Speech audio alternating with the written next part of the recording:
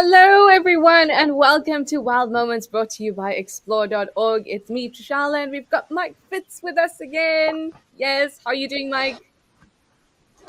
I'm doing well. I hope you're doing well too. I am doing well, thank you very much. I'm in the bush, as you can all see, and there is a poor excuse for a fence behind me. So if we're lucky, we might get some animals coming through too. If this And is the yeah, I'm first time supposed that to you're warn Trishala if anything like that yes. happens. So Yeah, I can't have eyes everywhere. So Mike's gonna warn me, or you can all warn me, and it'd be like a kids show, you know? It's there behind you. I will tell you that I did see elephants. So there's a little bit of a drainage system behind here, like right here, and on the other side there's a pan. And so oftentimes you see elephants come through. So maybe we'll be lucky. If not elephants, maybe a nyala, or possibly nothing because it's raining. Anyway, if this is the first time that you're joining us for Wild Moments, welcome. Let us know that you're here. We love it when new people come and join our community. I see a lot of hellos coming through already, and that's because we're live and interactive. So that means that you can send through questions and comments. And the whole point of Wild Moments is that we get to see some really cool clips over the last week. Sometimes we have a theme, and we might do clips from even a longer period. But over the last week, there have been some pretty interesting things happening on the camera, and some have been a little gruesome too. Of course, I will warn you though. But before we get stuck in, let me go through a few hellos. Bird Book, you say hiya from Bird Book, aka Africam Forever.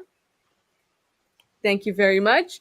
Rolling Trouble has rolled through. Rolling Trouble says, hi, Trishala and Mike from Washington. Is it raining today, Rolling Trouble? Zygote, you say namaste to me and Mike. Namaste to you too, Zygote. Dear NC says good morning from Seattle. Oh, Mike, dear NC is ready with her coffee. Mike and I are just doing water today. that's right. When I do the It's the shows with drink of Mike, champions. when I do the shows with Mike, I feel I'm. It forces me to have water because, like, even last time you were like just plain old room temperature water, and same for me, just room temperature water for now. Andy says, howdy all, a little busy, but we'll be listening. Thank you, Andy, for turning us on at least. And Bridget McKinney, you say hi, Trishala and Mike. Oh, and Prairie Dog says hi, Trishala and Mike too. Okay, only 3 more to go through, guys, and then we can head into the first clip. Jan Power says, hi, everyone. Hope everyone is doing well. Thank you, Jan. Oh, Prairie Dog, you say, oh my God, I've got this shirt too. Yes, it's my Rosie's Pan shirt. Can you see it? Rosie's Yeah, Pan. Isn't it yeah. love? And I think that's you can get that on the Africam website, right? Yeah. Maybe we should get you one, Mike. Although I like your Explore one very much too. Yeah, this is exclusive, so no one else has this as far as I know. Oh, I've not seen it before, I have to admit. My Explore shirt is very bushy. This is very chill. I like it. Mary Momo says, good morning from Hot Springs, Arkansas, with a cool and refreshing natural spring water.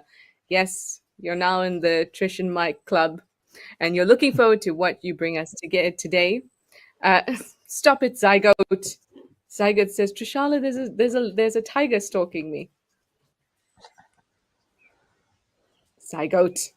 Anyway, what I love about having Mike on the show is that we get to have these different perspectives. What happens in North America compared to what we get here. In fact, Mike, before we get into the clips, I had an interesting question on Tuesday during the Africam show um, about, I think it was from Mindy Tillapau. Mindy hasn't joined us yet, but she asked, why would antelope have horns that are permanent, but say deer have horns or antlers that are not permanent? Why would that be? And the only answer I could come up with was that perhaps the development of horns or horn-like structures are a result of convergent evolution, because we know that they're in different families. Antelopes are bovids and bovidae, and deer and the like are in cervidae.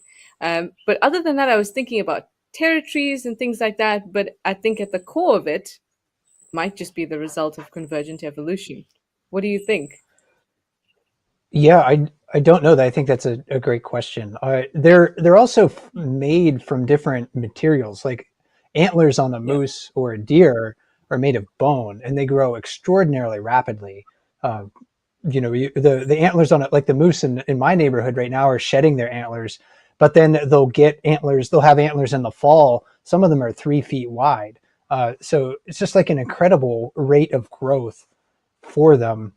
While with antelopes, I think it's mostly like keratin, that covers maybe like a, is it, am I correct in this is like a bony sheath underneath, but it's like covered in basically the same stuff that our fingernails are made out of. They Yeah. may serve So the same purpose, but it's maybe just harder for them to shed, a horn rather than an antler. It's just not possible for them. yeah, and also the bone is, so there is a bony interior that's vascularized and has nerve endings.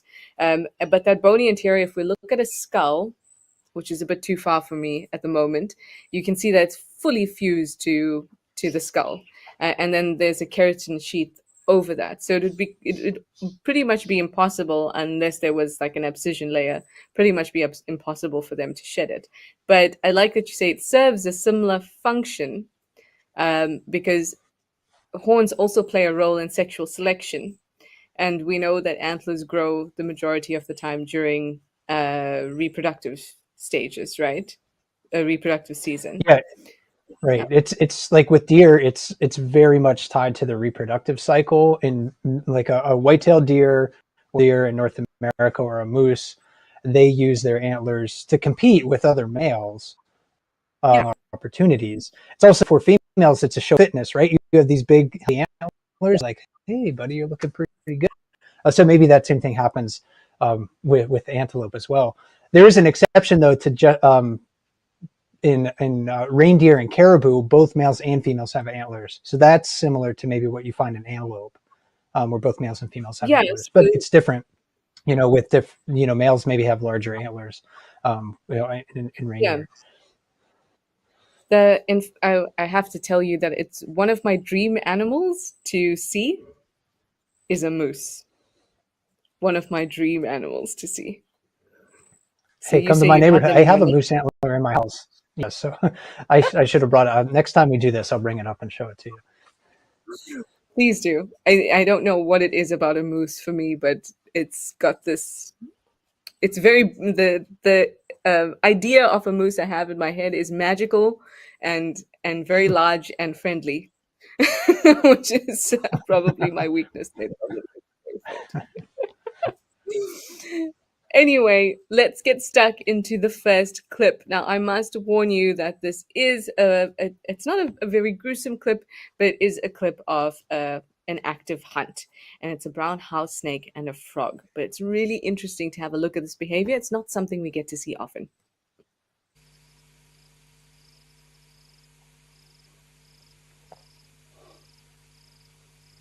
And Trishala, these are Oh, oh wow, look at the quickness of that snake. Uh, these snakes are non venomous, right? So they're constrictors. It looks like. yeah, they're non-venomous. I mean, all snakes will have venom glands, but the venom is not it won't do anything to humans.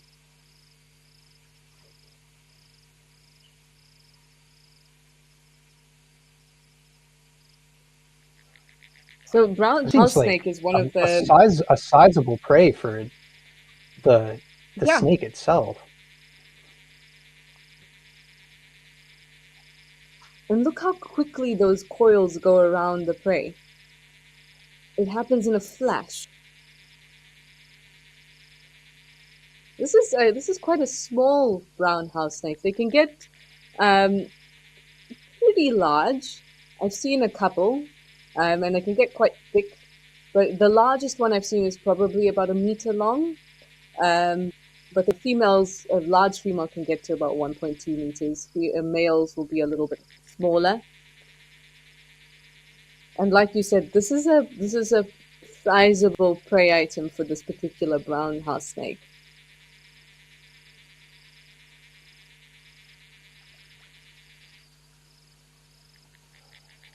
And I see footage of snakes doing this, and I think about prey, and it's struggling. It's basically, it's in these moments, but also like the strength of the snake to be able to subdue prey in this manner is quite amazing. They're just like one big long tube of muscle, essentially. So Yeah, even for no matter their body size, they're just so strong. it it always amazes me because when you look at it, and we often have this perception, and I do too, of something being smaller than me, so I'm stronger than it. And when it comes to snakes and you see them taking down prey, I mean, I've seen a python take an impala before. I was not there in person, but I watched the feed when it was happening, and the sheer force of that snake, the muscle that it had to just break down that impala and then consume it was incredible. Oh, Mike and And I I were think we having we an should interesting also note. Oh, Sorry, sorry. Go no, ahead. carry on. No, no, no, please go for it.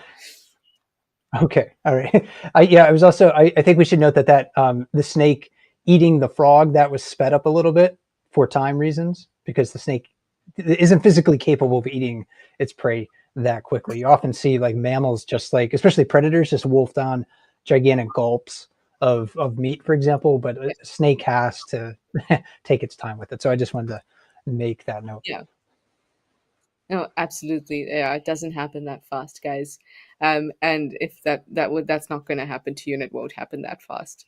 But what I was saying is that Mike and I were having an interesting conversation earlier, and we were actually talking about the next clip when we were thinking about this. But I think it might be applicable here too, thinking about what potentially could, because we saw the frog struggle here, what could potentially could those prey item or prey animals feel when they're going through something like this. And then we also discussed how we feel watching that kind of thing. But watching the frog struggle here made me squirm a little bit. Um, and I mean, when we spoke about it, we were talking about mammals, but I also wonder when it comes to reptiles and amphibians, what is your perspective on what they could feel during that time? Yeah, they don't have facial expressions like we do. Most animals don't that express emotion. They're not good at reading. I don't think the facials of other animals, even like others. I mean, there are some that will bare their teeth. Almost, it looks to us, it looks like a smile. It's like, oh, that thing is happy. When it's like, no, telling you that it's peeved. It is angry at this moment or scared. And I imagine that the things like emotions like anger and fear, certainly hunger, are feelings and emotions that are shared among like all vertebrates, and that the snake even, you put it in you put yourself in that perspective. Think of your fable after on it, after a long, really hungry, and if you have like the odor of that meal wafting into your nasal passages, it's sort of like that evoke in your brain, and it probably Yeah, something similar is going on in a week, or a frog even sent or something like feeling maybe a hunger pang or something. Yeah, I think we have a lot in common with animals, even like things animals, with these really kind of like basic and visceral feelings they have. Maybe they can't conceptualize them like we can, but yeah. I, I I would be shocked if sometime in the future scientists finally say, no, these animals do not have any of these things. I would be absolutely shocked if that happens. So you can replay this clip in a few hundred years, maybe, and people will be like, yeah, see, Mike, you were wrong. I agree with you, and I think that just how certain things in humans have developed, I mean, namely our brain, have developed to, at least in our opinion, a point where we can observe something, have an opinion on something, a state of uh, scientific consciousness that maybe we don't see in other animals. Perhaps what starts off as fear and heightened cortisol and adrenaline in the most basic form uh, kind of evolves as well with our brain, and we it becomes something a little bigger. So just because we experience something and we think, oh, but is that animal afraid? Because if we say afraid, then maybe that's subjective. But at the same time, it can be at the most basic level, and it's still the same feeling in the sense that that feeling is going to impact your survival or not. Which I think is it's a really really interesting discussion, and I must as well, but put a little footnote. There is no consensus about it yet, so we'll have to see in a couple hundred years, Mike. We have a few more. Oh, a couple comments. Karu, hi Karu. You say wow. Bridget McKinney, you say super cool. Um, Osa Negro, you say amazing. And then Karu, you also say the snake was incredibly fast. It really was. Oh, Suki V is in the house. Hi Suki V. You say, oh my, frog trying so hard. Yeah, exactly. And Zygote, you say the quick and the dead. Yeah, Mary Momo has an interesting question. Mary Momo, hi. You would like to know, do snakes ever eat anything that makes them ill, like certain frogs? Can't say I've thought about it before, I must say. Mike, any thoughts? I I don't know. We do know that there are frogs. I don't know about in Africa, but in Central and South America, there are frogs that are poisonous. And poison dart frogs. I mean, they're you can look them up pretty easily on the internet and see how bright and boldly colored they actually are, and how that's a warning sign. An Exactly. individual learns that lesson and it by dying essentially, but eventually that information gets ingrained in the genetic stream of the predators and they learn to avoid those animals.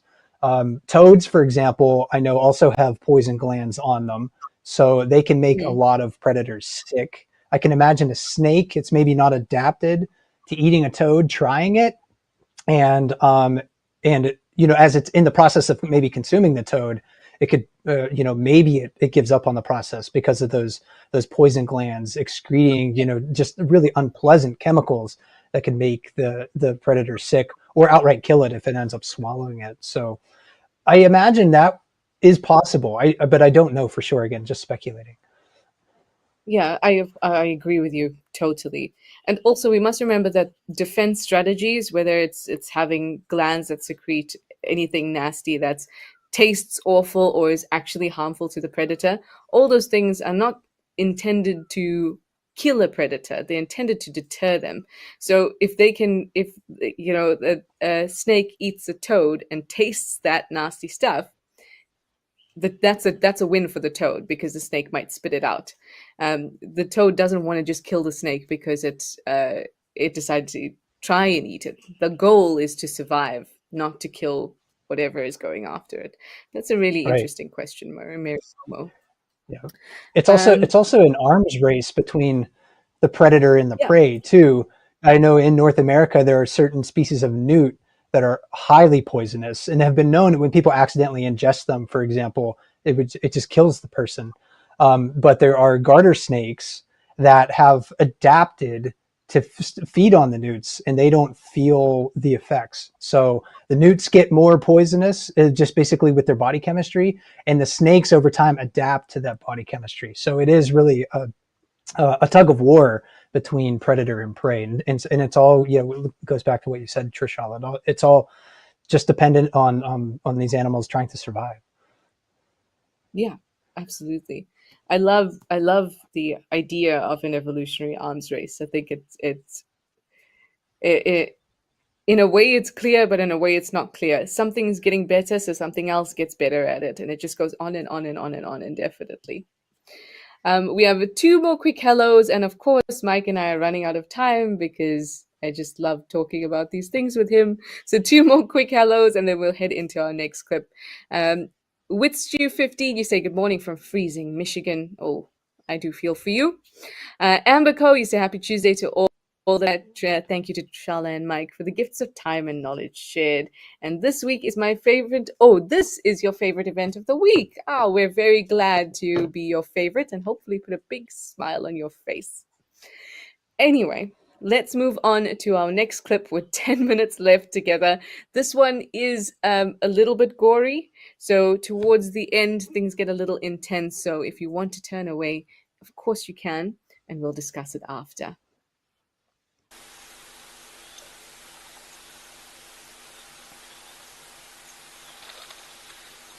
Now, Mike and I haven't seen this clip yet, No. and it looks like normal happenings at Aldania. Yeah, quite often, there's a giraffe and an elephant near each other here. Yeah.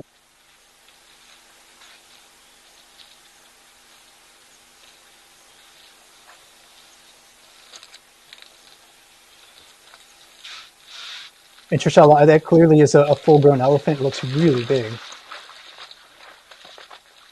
Yeah, he's Oh no. oh wow.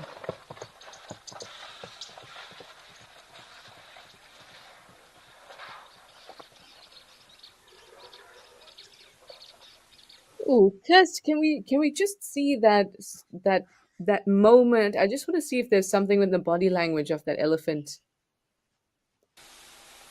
once it's there we Yeah, go. So maybe I'm just Trishella, you gonna could walk us through the body language. yeah, exactly. So so far it seems fine. The only thing I'm thinking about is there. You can see the head lift up. Now that's quite typical. We see them chase away other animals.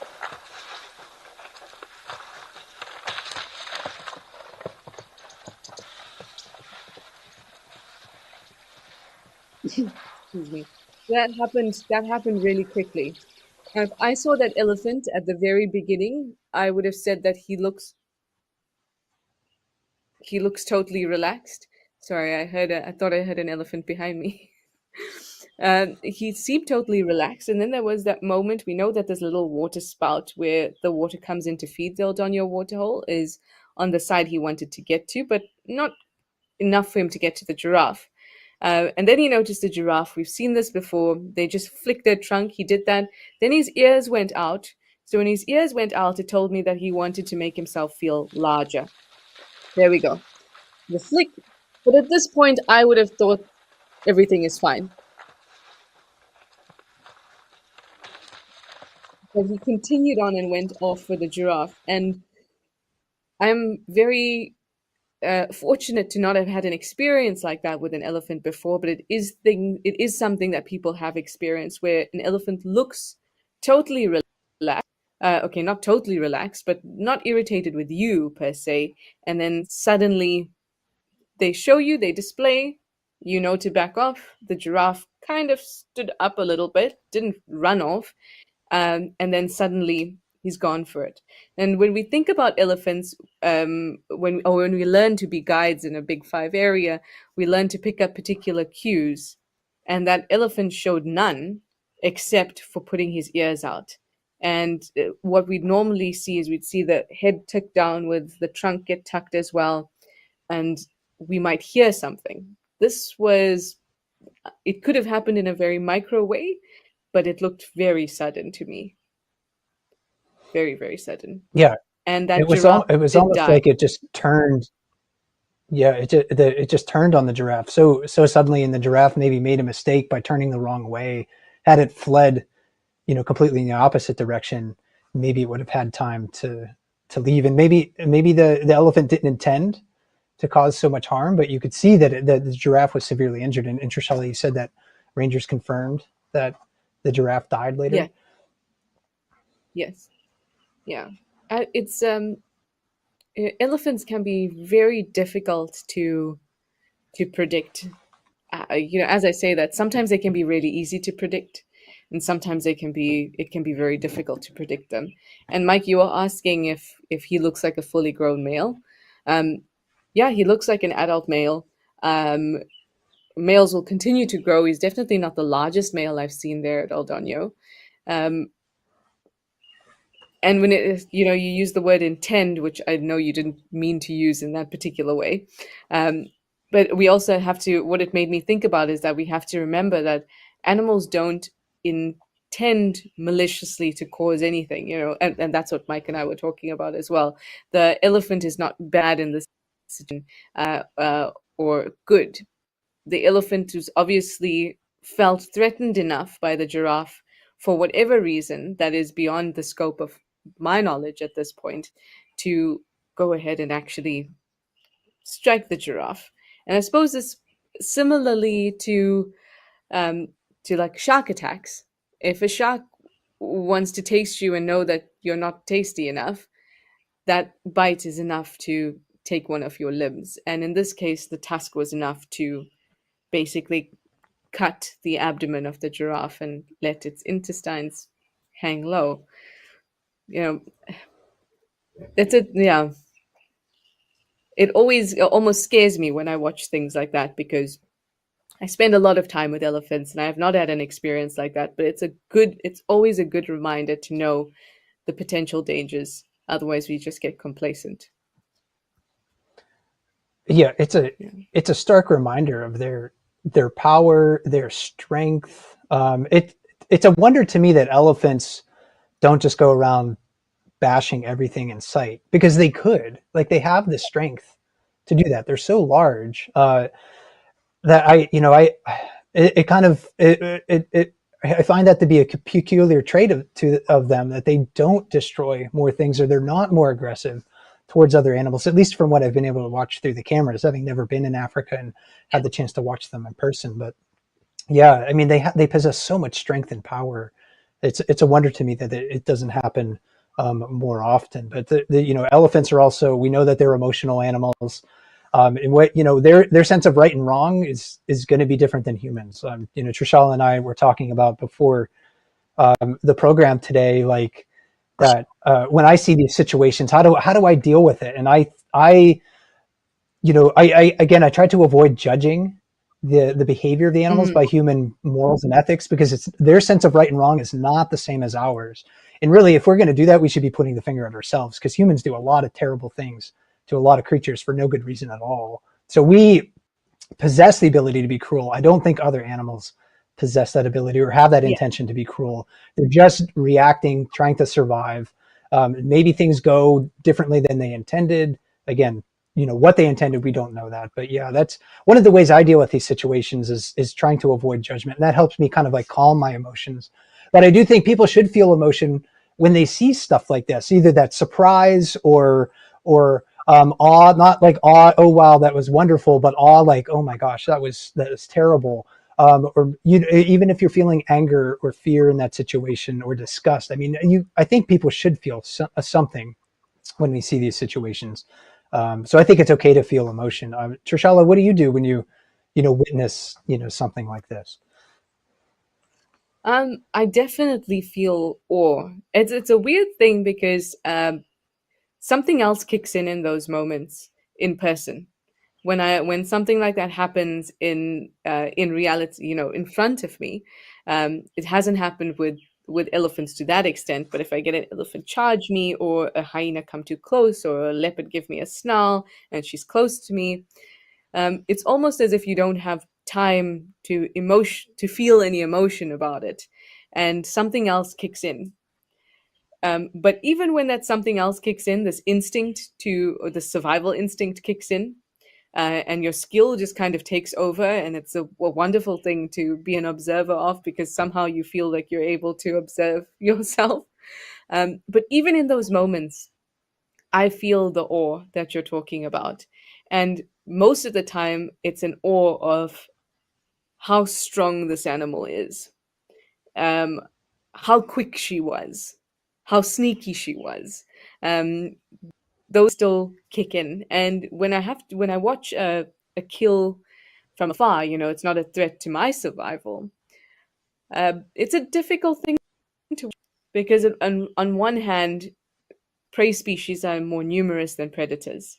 So what ends up is that when you follow individuals, you know them somehow. Like specific leopards or specific hyenas. So she goes and gets a kill, and you feel excited that she got her kill, and then at the same time you're now witnessing the sometimes slow death of her prey, and it's bleating, and it's uncomfortable, very uncomfortable. And in those moments, I think that's what I feel most is a discomfort. It's not uh, it's not like a sports game, you know. And I think a lot of people, when they watch kills, kind of feels like you got to root for one team or the other. And actually, when you're there in person, it feels very uncomfortable. And but at the same time, there's an acceptance that somebody has to eat. Yeah, it's yeah. Anyway, we're good. We've come to the end of our time together, but we're going to go over about just about 4 minutes so that we can have a quick look at our two other clips. Um, One is a really interesting one that I think. Ooh, I'm going to try and remember. Was it you? Was it Amberco last week who asked me about the dust devil? Well, anyway, here's a clip from Tao, that where it looks like a dust devil has gone and scooped up a giraffe. Let's have a look. Now that's a sizable one. Oh yeah, I wasn't expecting it. I knew we were going to talk about a dust devil. I didn't expect it to be that big though. This is this is the biggest one I've ever seen in South Africa.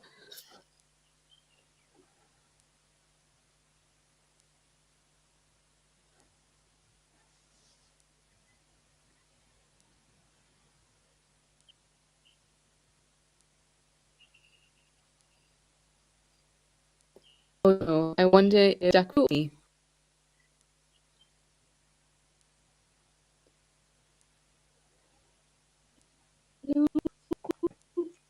Okay, off it goes. There goes. Oh, Looks like it's it's a scooped bit up the giraffe. right. Yeah, it's surprising to me that the giraffe. I mean, the giraffe could clearly see that coming. So I wonder if it just didn't hadn't experience with that before, didn't think that it was something to worry about. Whatever it Yeah. was, and giraffes are big animals, right? So they're not. I mean, maybe it felt like it could stand its ground as well. Uh, that yeah, that's interesting. I've never been in a dust devil this size, thankfully, because sometimes their winds can be like really really strong winds can have winds that are like 100 kilometers an hour. I was reading, so I've never been in anything like that. But just like even mini ones, I mean, sometimes they can come about so surprisingly, and you're like, what just happened there? Why is the ground swirling around me? If you go into the desert of North America, parts of Mexico, or like the Southwest Union, you can't experience them. And sometimes they can be quite strong. It's a little surprising to me though that the giraffe just kind of stood there and let it happen. Oh, I think we lost Trishala. That's okay. Well, hopefully she'll come back in just a little bit. Absolutely. But yeah, We'll see. I'm oh, seeing a lot of there you are. up. Maybe. Yes. There we go. Kind of. That was asking about that. Um, but Mike was explaining. I could hear everything. I just couldn't say Okay. anything. But Mike was explaining about the speeds and the giraffe. The giraffe must have seen it coming, right? But I think that in the just behind that dust devil, you could see hooves moving away. So some animals were moving away, and the topography of that particular area, it's a little hilly. So I wonder if during the movement of the dust devil, the giraffe just happened to move in the opposite direction. Oh, I But see. I don't Okay. think it would. Yeah, I don't think there would be dust devils large enough to carry off a giraffe. At least not here. Uh, you've been caught in a tornado before, just a big dust devil. Actually just a small dust devil. Never anything serious like a tornado or anything like that, thankfully. So I would like to see a tornado in person from a distance, of course. I haven't had that opportunity yet, but yeah, I mean, again, awe-inspiring.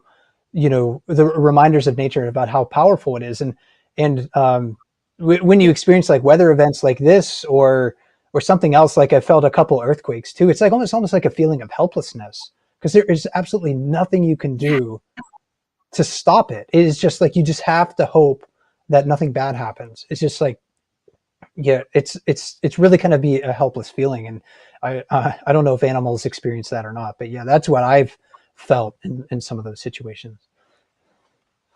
It's interesting that you say that. I know exactly what you mean. There've been a couple tremors and things like that here, and that's not something that's usual for us.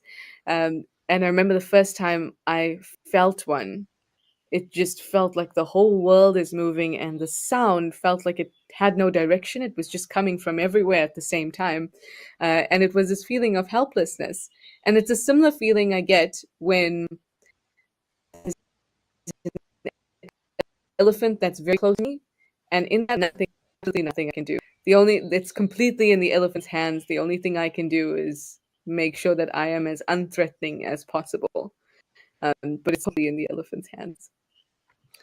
Um, Very quickly, let's have a look at our last clip to spirits up because it's some cute baby Ellies at Tau.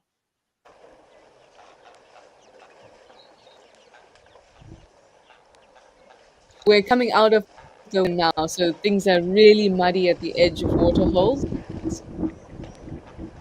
and they often slip in.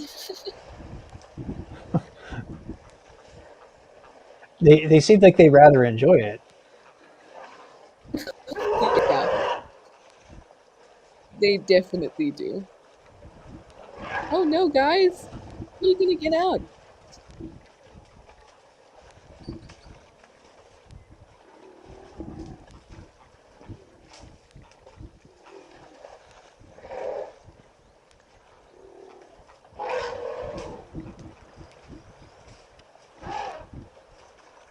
It's fascinating just how the entire herd recognizes that those little ones need just a little push, and they all sort of Yeah, come together, or at least a few of them come together to say, "Okay, let's give you a helping hand." I, sometimes people, or for a long time, people have denied that animals have like a theory of mind, like they can't put themselves in the perspective of another creature like humans can. But when yeah, you see stuff like this, it really makes me doubt that perspective. I mean, the adult elephants in that situation knew that the young elephants needed help, and could see that they were yeah, struggling, and they just yeah, and they made a movement to do that, and that was a choice that they made because they were moving away. They didn't have to do that at all. They, watch when I see elephants on the cameras, I often go to that camera because I want to see what they're doing because they're such fascinating creatures. They're so dynamic. They have such a breadth of different behaviors that we can watch, and I think we've seen just in a couple of clips of elephants that we've shown in the show, we've seen much of that spectrum. yeah, absolutely. And they are even in person. It's probably my favorite animal to spend time with because there's a depth there that feels quite similar to ourselves. And when you're with them, it just they look directly in the eye, and it's something very, very special. Rolling Trouble says, "Oh, please come back. It's Rolling Trouble's birthday as well. Happy birthday, Rolling Trouble! You did tell me last week, and hopefully Mike will come back and visit us soon. We love having you I hope on so. board with us, Mike. We really yes. I yeah, I love having this discussion with somebody. These wonderful discussions. It makes me feel warm and fuzzy inside. Thank you for your questions and comments, everybody. And thank you, Mike, for your patience and letting us go over time a little bit. And hopefully, we'll see you all soon. Bye. Thanks, everyone.